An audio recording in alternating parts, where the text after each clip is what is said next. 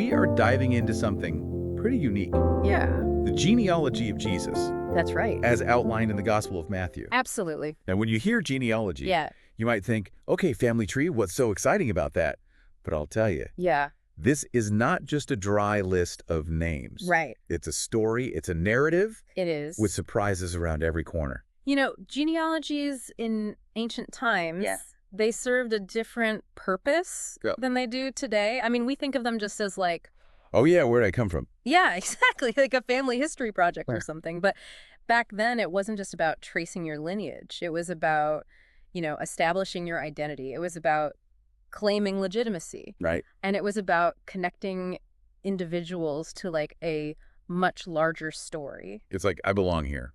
Yeah, exactly. It's like a declaration. It's a statement about who you are and where you come from. Right, so I'm descended from Abraham, therefore I'm part of the chosen people. Right, exactly. Okay, so I see that, I get that, but what I find really fascinating is the way Matthew structures this whole genealogy. It's 3 sets of 14 generations. Right. From Abraham to David, David to the Babylonian exile, Yes. and then the exile to Jesus. Yeah. 3 sets of 14. Why 14? What's going on there? Well, there are a couple of things to think about. First, the number 14 itself probably holds some symbolic meaning. Some scholars think it's connected to like Jewish numerology. Okay. King David, there's a connection there. So it may not be... Not just an accident? Yeah, Yeah. exactly. Like a random number, right? Yeah. But even if we set aside the number 14, Right. I think the structure itself is really important. It's emphasizing these pivotal moments in Jewish history. Yeah. You've got the covenant with Abraham.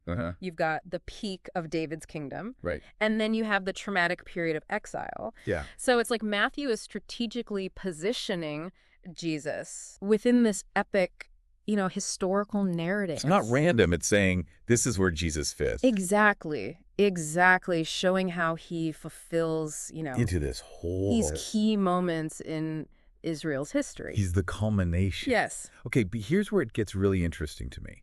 Okay.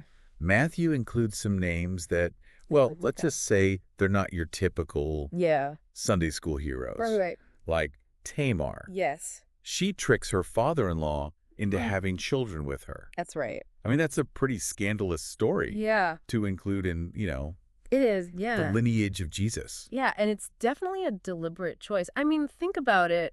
By including Tamar, Matthew is showing us that God's plan can weave through even the most morally complex situations. Yeah. It's challenging our assumptions about who belongs in this family of faith. It's not always clean.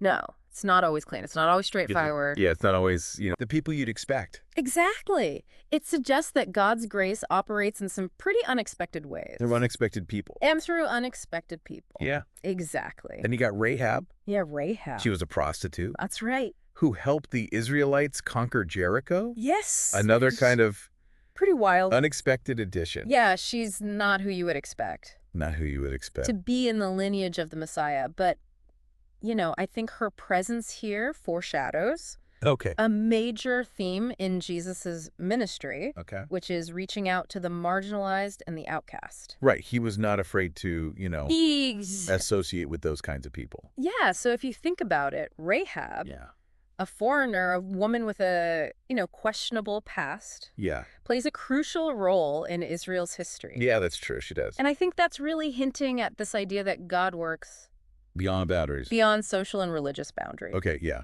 Absolutely. And then, of course, we can't forget Ruth. Yeah, Ruth the Moabite. The Moabite. Another foreigner. Who ends up, becoming the great-grandmother of King David. David. Yeah. Which is pretty amazing. It's really pushing this idea that it's not just about bloodlines. Exactly. It's about, faith and loyalty. It's about where your heart is. Where your heart is, exactly. It's not just are you ethnically, connected. It's a broader vision, I think. It's a broader vision. Yeah.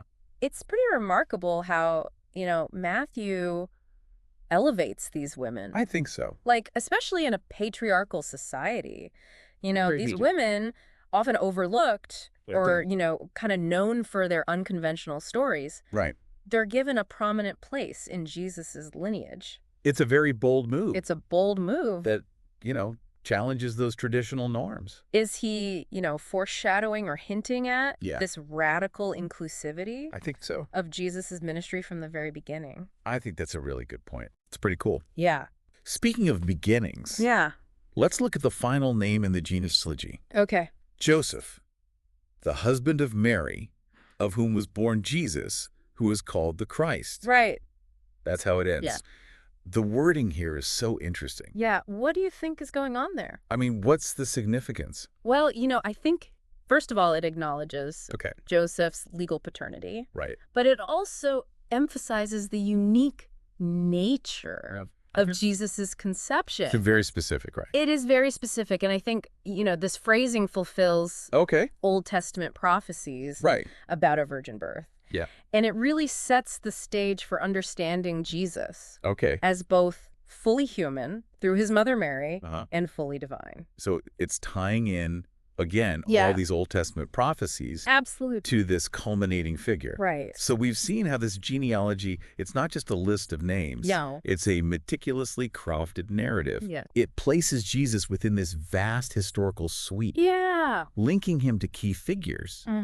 And subtly hinting at these themes that will become central to his ministry. Exactly. It really makes you think. It does. Like, why do you think Matthew chose to include these specific names? Yeah.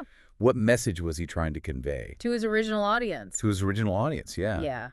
That's a good question to think about. It is. This has really challenged my assumptions. Yeah. About, about genealogy. what a family tree can be. Exactly. They're not just for Thanksgiving dinner conversation. No, exactly. It's not just about, tracing your ancestry. No, they can be so much more than that. It's about telling a story. Yeah. It reminds me that God often works in the most unexpected ways. He does. And through the most unexpected people. Yeah, absolutely. So much to think about there. Yeah, lots to chew on. Thanks for joining us on this fascinating deep dive. My pleasure. We'll see you next time. Absolutely.